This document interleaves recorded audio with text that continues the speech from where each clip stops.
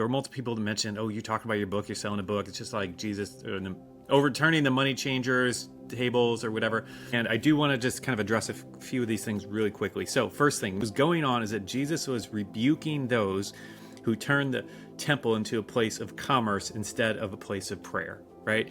They were exploiting worshipers. They were charging them unfair rates for sacrifices and currency exchange. And it was a place that was meant to be set apart for God's glory. Now, I don't really think that selling a book about biblical personal finance principles equates to what was happening there. You know, the heart behind our book isn't at all to manipulate. And in fact, like what we do is we actually give away 99% of our content for free. And the only reason that we charge anything for this book is because paper isn't free. Content, happy to give away for free, but the paper isn't free. And so we do charge for it. Now, what most people don't know is we don't make any money on the book. And in fact, especially if you're buying this on a flash sale, we actually lose money on the book.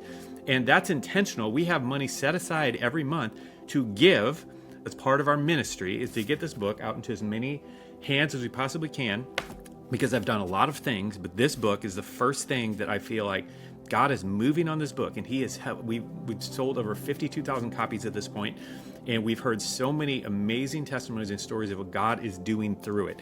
And so I am obeying the Lord's instruction to get the book out into as many hands as we can. And if that means that we're taking a loss and we're losing money on it, I'm happy to do it. But the point is, we aren't profiting on the book. It is true. It is our desire to get the book out into your hands and everyone else's, because we have seen what God is doing through it. We've seen the impact that he's making in it. And one last point here, just in terms of like a Christian talking about money and selling a book and whatever, all the stuff here.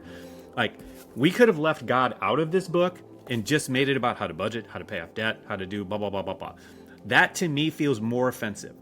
That feels wrong. God was an intricate part of our story, and the miracles that he did of how we paid off our house in 3 years and how we reached our giving goal of being able to give away $1 million by age 40. That was God. And so for us to not include it in the book feels so wrong to me, feels so secularistic. It's like I feel the obligation to give God the glory for what he did in our finances and in our financial journey. And so that's why it's in there. Okay. So yes, plenty of practical stuff, but we also talk about God unapologetically, because we've seen what he's done in our lives. We've seen what he's done in our students and other readers' lives, and we will not stop giving him glory for that. So anyway, hopefully this helps for anyone who had any questions about all this. And I say this with the utmost humility, all of this stuff, because I'm learning just like you are. I'm trying to grow and become more and more like Jesus every day. So hope you're doing good. See ya.